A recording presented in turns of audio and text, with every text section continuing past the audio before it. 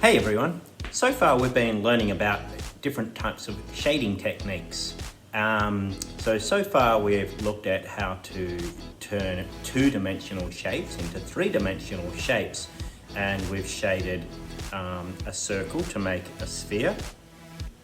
We've used shading techniques to make a cylinder look three-dimensional, and also used shading techniques and shadow to make a cone look three-dimensional. And we've also put these shapes together to make a group of shapes that all look three-dimensional with shading and shadows. So for today's lesson, we're going to take that the next step further, and we're going to do some turn two-dimensional shapes into three-dimensional shapes using in shading and shadow. But of course today, as you can see, we're going to use color.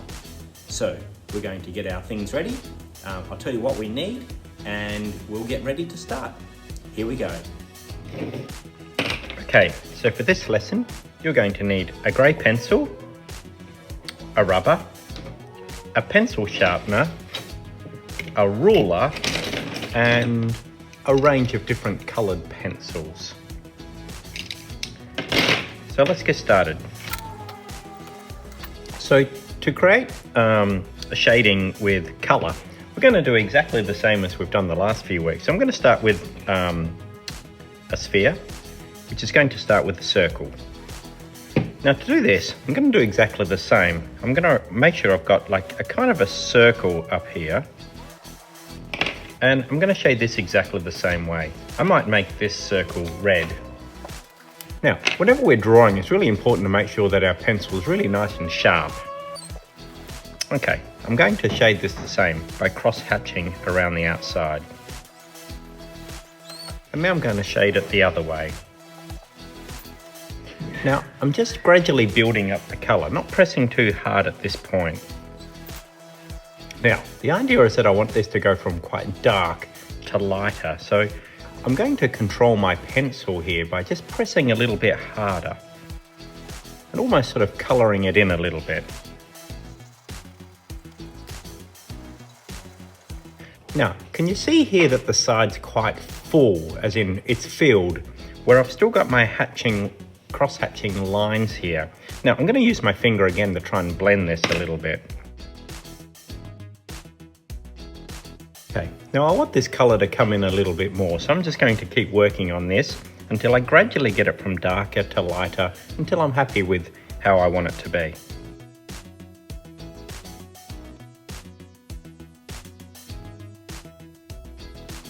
Again, I can use my rubber to give some highlights.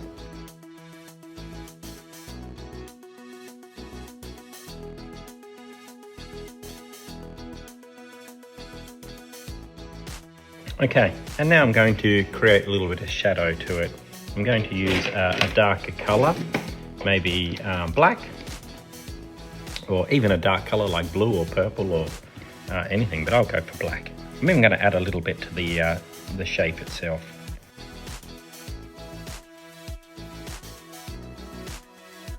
Okay, now we've got a shape, a 3D shape that's in colour. Looks like a nice red ball. Okay, let's make some other shapes.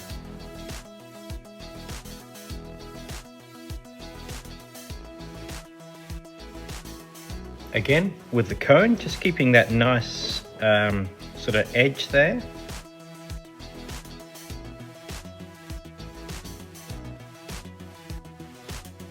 And a shadow.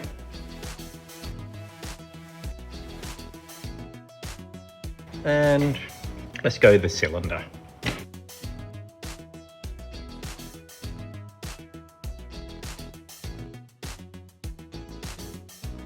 Here's a good little trick. If you don't want to go over your lines, put your ruler there and it'll stop you from going over your lines.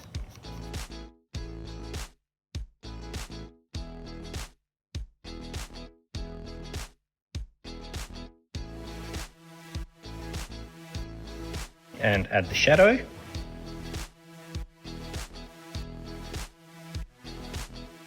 Okay, and now we have some coloured three-dimensional shapes.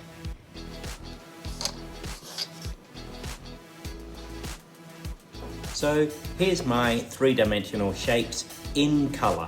Now, as I've said before, turning two-dimensional shapes into three-dimensional shapes using shading and shadowing, it's not as easy as it looks. So to get really good at this skill, like any skill, you need to practice this. So draw lots and lots of them, keep trying, keep practicing, and the more you practice, the better and better you're going to get.